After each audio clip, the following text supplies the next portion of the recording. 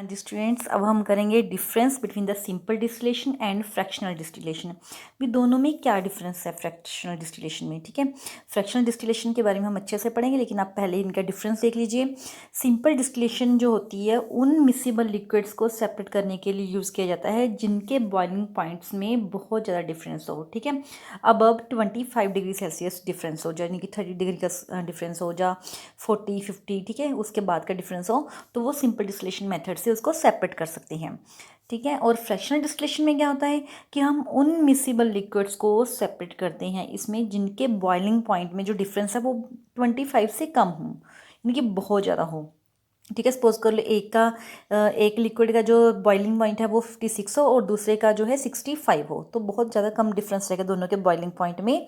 तो वहाँ पर हम फ्रैक्शनल डिस्टिलेशन जो है वो यूज़ करते हैं। दोनों जो प्रोसेस हैं इनके जो अपरेट्स हैं उनमें क्या डिफरेंस आ जाता है कि इसमें जो होता है एयर कंडेंसर और वाटर कंडेंसर लगा होता है ओनली।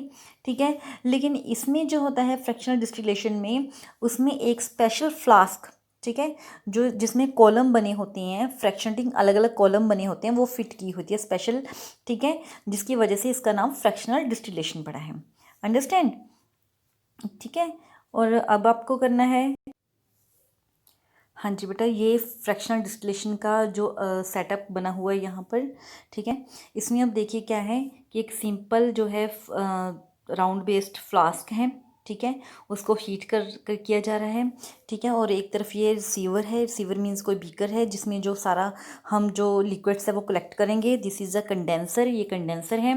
कंडेंसर का क्या काम है कि जो भी इसमें लिक्विड आ रहा है स्टीम की फॉर्म में आता है तो ये उसमें को लिक्विड में चेंज कर देता है। ठीक है, ठंडा करके लिक्विड में चेंज कर देता है कंडेंसर।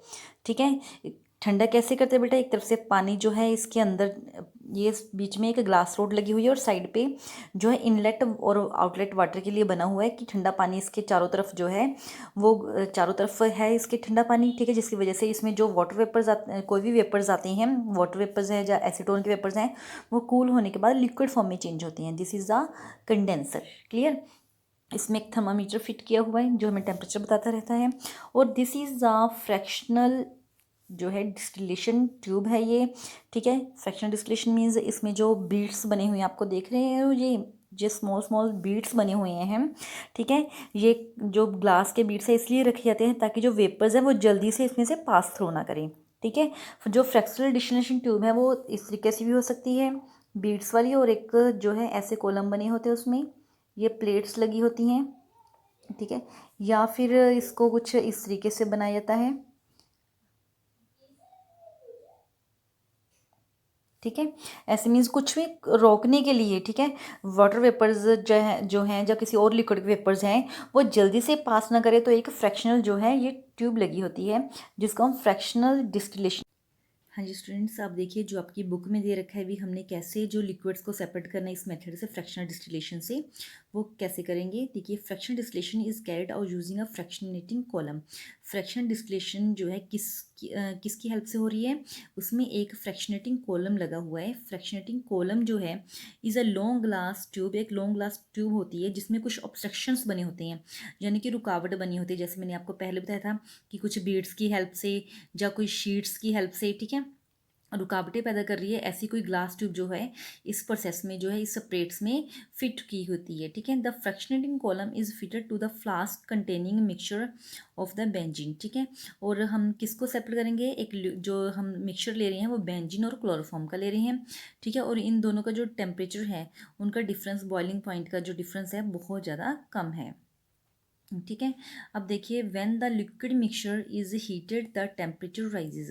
ठीक है, जैसे ही liquid when the liquid mixture, जो लिक्विड मिक्सचर लिया हमने उसको हीट किया जाता है और उसका टेम्परेचर बढ़ाया जाता है, तो वेपर्स जो है वो फॉर्म करना स्टार्ट हो जाते हैं, यानी कि बनने स्टार्ट हो जाते हैं।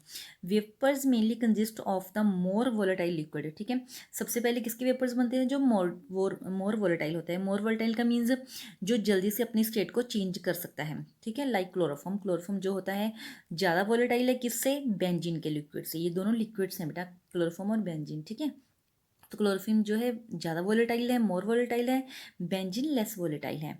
As is vapours rises up the fractionating column, जैसे ही ये वेपर जो है फ्रैक्शनेटिंग कॉलम में राइज करना शुरू कर देती हैं, the vapours of the less volatile liquids condense more readily.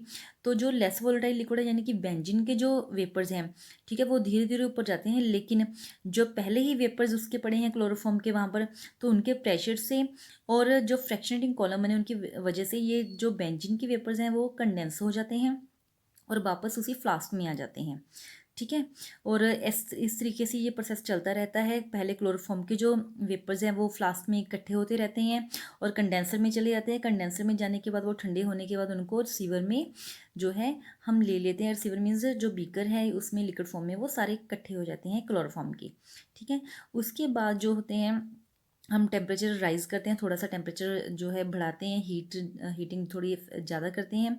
तो उसकी वजह से क्या होता है, जो बेंजीन है वो भी बॉयल होना शुरू हो जाता है तेज़ी से, और उसके जो वेपर्स हैं वो भी जो ऊपर फ्लास्क में जो है कलेक्ट होना शुरू हो जाते हैं। और कलेक्ट होने के बाद वो कंडेंसर में जाकर कूल होने के बाद, ठीक है, फिर लिक्विड फॉर्म में चेंज हो जाते हैं और उनको हम एक फ्लास्क में कलेक्ट कर लेते हैं, ठीक है।